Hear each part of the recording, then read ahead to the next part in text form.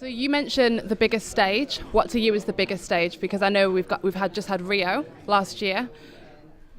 Well, for me, London 2017 is bigger than Rio. Rio was kind of like a stepping stone towards this. Ever since I think it was 2013 when I found out that we were getting the championships, I knew again it was going to be special because 2012 changed my life. And hey, Britain has got the best athletics fans in the world, eh? So you mentioned in the press conference that London was all about the discus. What's this year all about? You've come from the World Championships. You've had 2 back-to-back gold medal performances in both the disc and the shot put. How do you feel about London? Well, I'm always injury prone. So every year I've done minimal competitions, and I've always just worried about getting the W on the big stage. And last year I competed 5 times, and Rio was my worst performance. So this year for me, I know I'm in good nick. I've been away, I've been training hard, and we're doing a lot of things differently this year. So for me, it's about coming to London, executing a process, and I know if I go out there and give the best performance, I can hopefully bring home the right colour, but hopefully I'll leave nothing out there. Do you know what I mean? What's been the main difference in your training this year? We've made a lot of technical changes. I'm strong as an ox in the gym, and we've been building that for years. But we've gone away. We've worked with the guys overseas, and we've picked the brains of the best guys in the game, seeing where can we change, what can we change, and we've played about with a few things.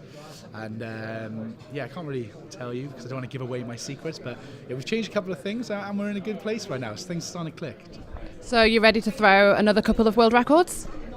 I'm ready to throw far. So we'll see. Okay. In 2011, you won your first senior medal. What happened in the other event?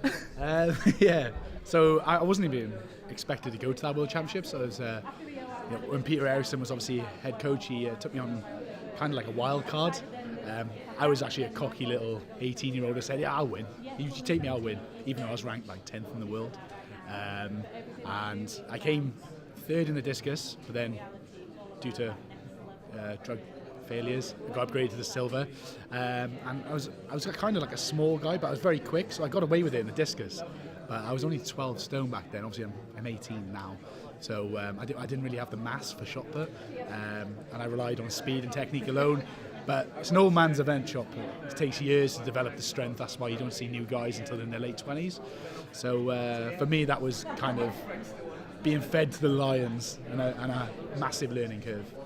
You're 26 now, so how many more years do you have left in you? To be honest, I've always looked at 4-year cycles, and it's crazy how quick my career is going. I remember New Zealand 2011 like it was yesterday, so one thing I said to myself coming off of Rio is that I'm going to start appreciating these major events more and enjoying them, because I'm always like, right, let's get this one, then we'll go on to the next. And I thought, no, we'll do 1 year at a time. As long as my body stays in one piece, I'll keep going. But I haven't really looked past London this year yet, but I'm very young, and I still want to take my sport to a place no one ever thought it would be. And of course, I have my own crazy aspirations as well. Okay, so I'm looking forward to the next decade of watching you perform on the big stage. Yeah. Maybe. I'll be that guy with no hair and say, "Oh, is he still going?" Oh. Still throwing world records.